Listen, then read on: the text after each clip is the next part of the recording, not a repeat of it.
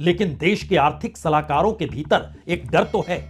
इतनी बड़ी तादाद में इस देश में जो टैक्स लिया जा रहा है, उस टैक्स के आश्रय इस देश में खास तौर पर जो मिडिल क्लास है, उनकी जो परिस्थितियां हैं, उसमें अगर सुधार नहीं हुआ तो आप आगे बढ़ नहीं सकते हैं। कंजम्पशन धीरे धीरे कम हो रहा है, उसके मुश्किल हालातों में वह ईएमआई भी चुका पाने की स्थिति में है नहीं, और पेंशन तक के पैसे से लोग अपने घर बार को चलाने के लिए मजबूर हो चले हैं। जो पेंशन का पैसा भविष्य में कभी कोई मुश्किल ना आ जाए, इसलिए रखा जाता था। शायद इकोनॉमिक एडवाइजर के ये सवाल सरकार की कानों में गूंज रहे हैं।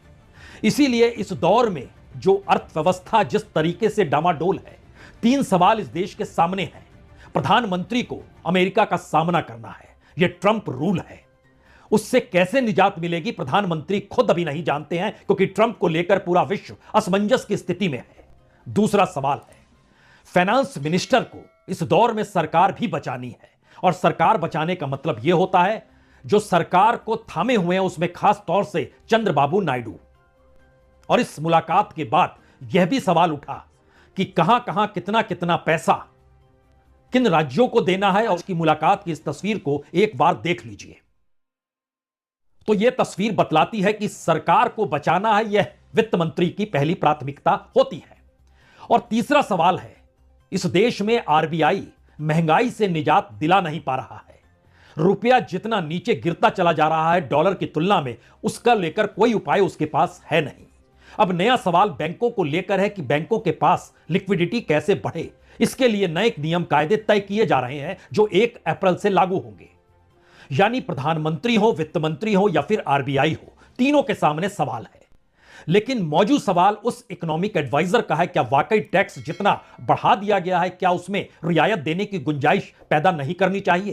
तो खांचा रखा जा रहा है वो वाकई इस देश के भीतर की डामाडोल अर्थव्यवस्था में डराने वाला तो है, क्योंकि शेयर बाजार नीचे जा रहा है, जीडीपी नीचे जा रही है, डॉलर के मुकाबले रुपया नीचे जा रहा है। नहीं हो सकता है, वो लोहा हो सकता है, वो कोयला हो सकता है, वो एनर्जी हो सकता है, सब कुछ नीचे क्यों जा रहा है? यानी पूरी मैन्युफैक्चरिंग सेक्टर और इंडस्ट्रियल सेक्टर बैठी हुई क्यों है?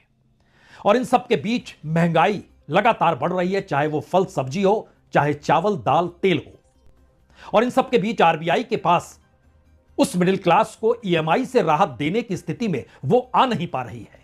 टैक्स के इर्द गिर्द पूरी परिस्थितियां डोल रही है।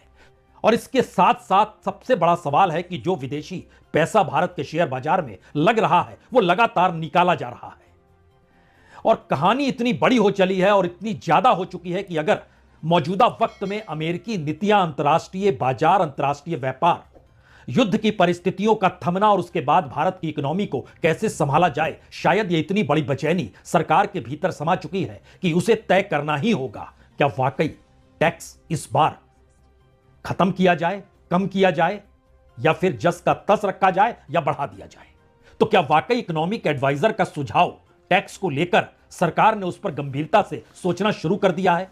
और यह एक ऐसी परिस्थिति है जिसमें अमेरिका तक के भीतर जब नए राष्ट्रपति ट्रंप यह कहने से चूक नहीं रहे हैं कि हमने तो एक एक्सटर्नल पॉलिसी बनाई है जिसमें बाहर से जो सामान आता है उससे ही इतना पैसा निकाला जाए कि अपने देश के भीतर में टैक्स ना लिया जाए। यही है बैलेंस, यही है चेक। तो रायसीना हिल्स पर कदम बढ़ते समय किसी नौकरशाह से मौका मिले तो पूछ लीजिएगा इकोनॉमी का हाल क्या है, और अगर बजट से पहले मिल जाए तो जरूर पूछ लीजिएगा कि क्या वाकई सरकार के माथे पर शिकन आ गई है टैक्स को लेकर। और अगर इन दोनों से मुलाकात ना हो तो फिर इस देश की फाइनेंस मिनिस्टर से मुलाकात आज हलवा बनाने के वक्त कई नौकरशाहों की हुई, उसमें भी हंसी ठहाके के बीच एक ही बात गूंज रही थी, हमारी इकोनॉमी दुनिया में तीसरी बड़ी इकोनॉमी हो जाएगी। उसके बाद टारगेट 10 ट्रिलियन का है, और बजट का मर्म तो 2047 में भारत को विकसित बनाएगा ही। तो फिर हलवा का मजा लीजिए। बहुत बहुत शुक्रिया, बहुत बहुत शुक्रिया।